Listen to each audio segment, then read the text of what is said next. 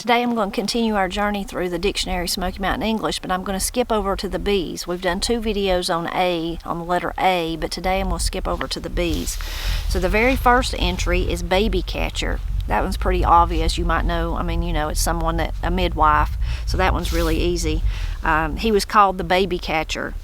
And then 1999 Montgomery collection, just that a baby catcher was known as a midwife. That was just a documentation from Brown. A baby tear, this is an interesting one, is a noun, and it's a bluet, a flower, a little flower. So I've never heard that one before. This is an interesting one. Let's see, back. This is one I think will be very common. It's an adverb to express remoteness in time, as in phrase, back in them days, back in those days, back yonder. See, that's one that using back in that manner to talk about time, I just can't believe everyone in the entire United States doesn't do that. But it's noted in the Dictionary of Smoky Mountain English. But I would think that one's really familiar with everybody. You can leave a comment and let me know if it is with you. It just, let's see, 1939 Hall collection, Tobes Creek, Tennessee, Neil Sutton. Mitch Sutton's grandfather was the only one I know of who lived there back at that time. See, I would still say that. I would say back at that time, we didn't live in Wilson Holler, we lived at Sherlock's back at that time, if I was telling a story about something that happened then. It can also be used, it says, to express, remoteness. It said that already. In place, as in back in or back up in. 1939 Hall collection, Maggie Valley, North Carolina.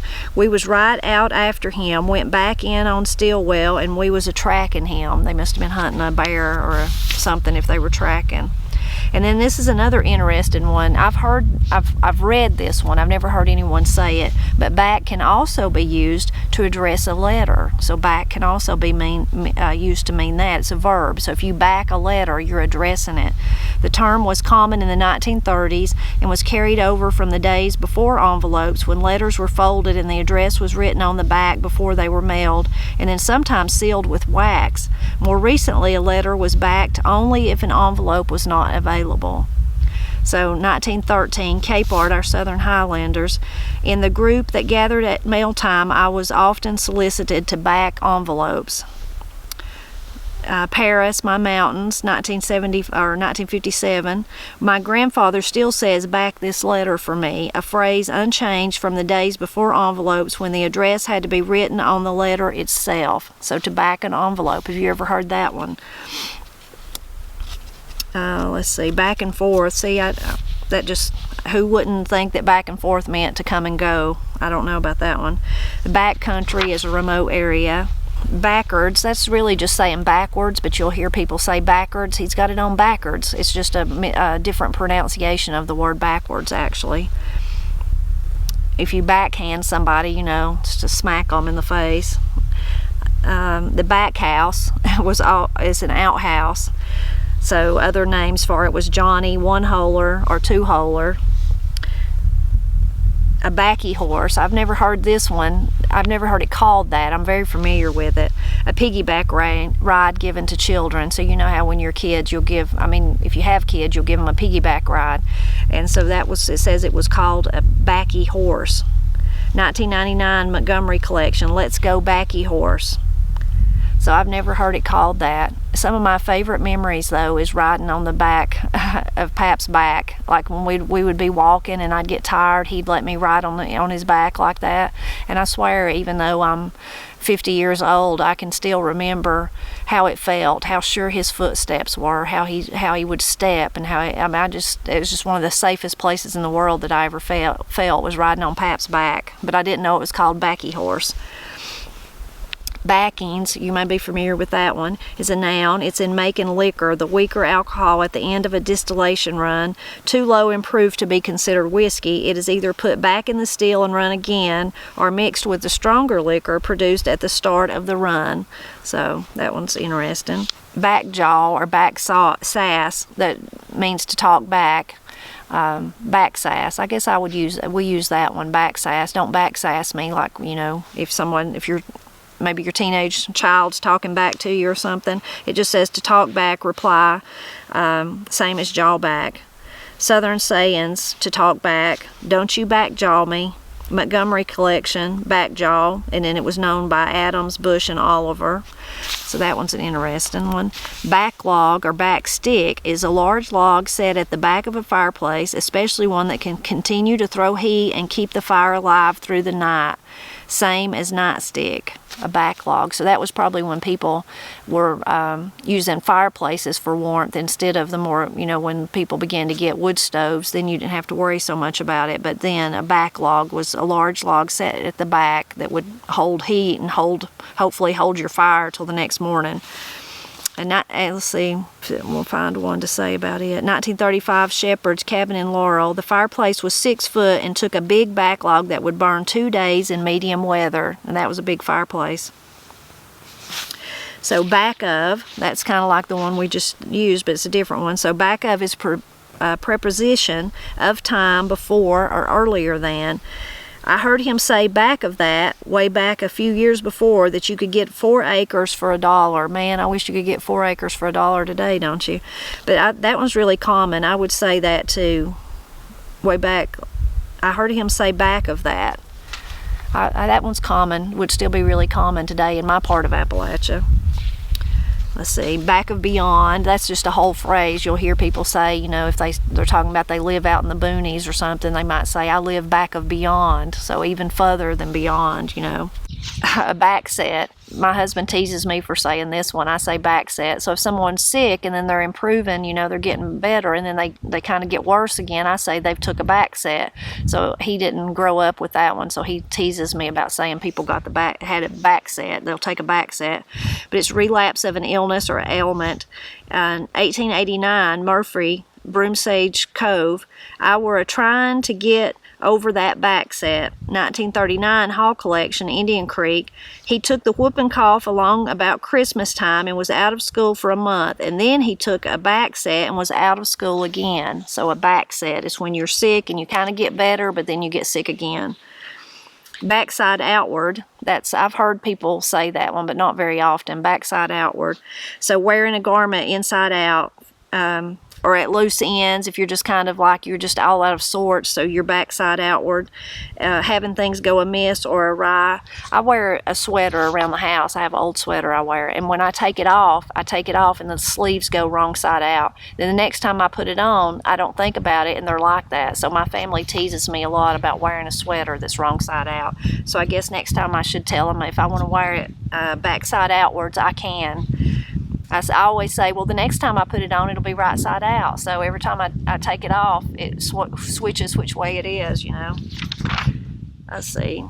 A back switch, if you know what a back switch is a noun, a sharp angle in a trail or a road to permit a vehicle to climb a steep grade. So Hall Collection, Gatlinburg, Tennessee. There is a cemetery above the Sugarlands at the first back switch.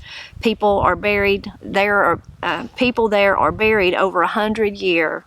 Over 100 year. Maybe it means that people there, that's how old the graves are, I guess is what it's trying to say. But a back switch is where a trail or a road, especially a lot of times in parks and places, you'll see that. It's just that's a back switch. Or in people's driveways. If you live up a high mountain, they put back switches in it so you're not just going straight up all the time. Backtrack is just retracing one step. See, I think that one's really common everywhere, not just here. So backward, this is one I like, backward. Also backwards, variant forms, backward, backwards, or backwards, like we were talking about a minute ago. So it means reserved, shy, or bashful. I was backwards when I was little. Now, I've heard some people say that they thought backwards means like it's a derogatory, like it means maybe you're not very smart. But I never, in my lifetime, I've only heard it talk about, if just because someone's backward doesn't mean that they're not intelligent. It just means they're shy, they're bashful. So let's see what they say. 1862, Davis Civil War letters. If that should be the result after a thorough acquaintance, I shall not be backward in making it known to you. So they were not going to be backward. They were going to, whatever it was, they were going to come forth and tell about it. 1969, they'd tell you right at once what they believed. They wasn't a bit backward about talking. Well, I was always backward about talking. You might not believe that now. I have a YouTube channel. It seems crazy, huh? But I was backward. And when I was little, I was so shy. If somebody talked to me, I would just stand and look at them. I wouldn't even say a word back. I just couldn't. I just couldn't say anything. And I would hide, when I was little enough, I would hide behind Granny's dress tail, or I'd hide behind Pap's pant leg and just hold on to him. I was just so shy and backward and quiet. It's funny, people that know me then, and one of my friends' stepfathers, he told me after I was grown, you know, but he'd watched me grow up my whole life. He said I didn't even, it was actually when he told me this, it's funny, it's two different funny points here, but I was that shy that I wouldn't, literally people would speak to me and I would just look at them. I wouldn't say anything. I just couldn't. I just was so shy I couldn't make myself talk. Well, I'm talking about when I was real little, you know. But Corey and Katie, they are the total opposite. They never hushed. They've never hushed since the moment they started talking. And they started talking really early, earlier than most children do. Now, they couldn't, their motor skills was kind of behind where they should be, but they could pretty much carry on a conversation by the time they were like a year old. I mean, literally, they had so many words in their vocabulary, and they've never stopped talking.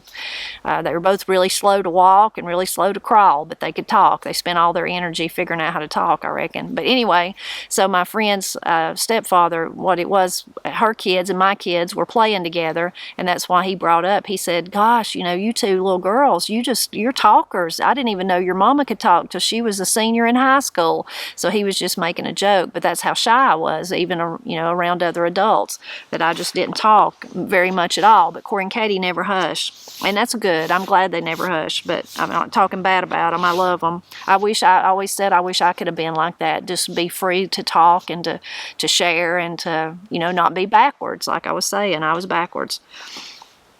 So let's see, backwater, this one's interesting. To reverse one's course or attempt to withdraw from a predicament. I've never heard backwater used like that. Bacon meat is just bacon. A lot of times in Appalachia you will hear that will identify what kind of meat it is, like deer meat, beef meat, pork meat, pig meat. We wouldn't say pork, pig meat, or bacon meat. I don't say bacon meat. I've never heard anyone say that, but that is common usage in the Appalachian language for people to distinguish what type of meat it is as they're talking about it. So bad is an interesting one. Of course, you know what bad means, but it's so many different ways that we use it.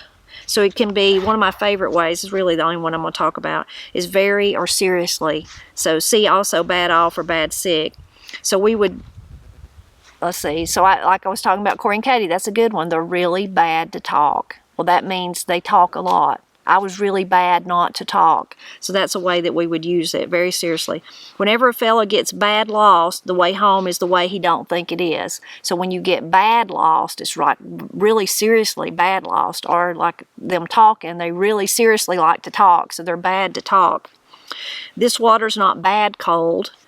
1962, Dykeman, tall woman. They were bad wrought up when they first heard about it. 1969, I shod them twice and their feet was a-getting bad out of shape. So that's my favorite way to use bad. And that's really still very common in the part of Appalachia that I live in. Bad blood, let's see. It's like ill or feeling or bitterness between people, you know, kind of like a feud. Bad far. That kind of goes back to the bad that we were just talking about, the very seriously. It's sort of like that, but bad far is an adjective phrase, having an unfortunate, undesirable, or dangerous tendency or prone to. 1973, I wore a pair of boots. That old brushy mountain was bad for snakes. Montgomery Collection, 1978. Cocke County used to be bad for that, and still right down to this day, it's bad for that. That's an interesting one. I guess if I had to say something about myself being bad, I'm bad to talk about Appalachian language. You probably already figured that out. I just so enjoy it. And I hope you do too. I hope you enjoyed this video, and I hope that you'll leave a comment and let me know which of these words you were familiar with, or which are the ones that are really still common in your area, like the ones that I mentioned that were common here, and then the ones you've never even heard of. So leave me a comment and let me know what you think about it. But mostly I just hope you'll drop back by often as I celebrate Appalachia.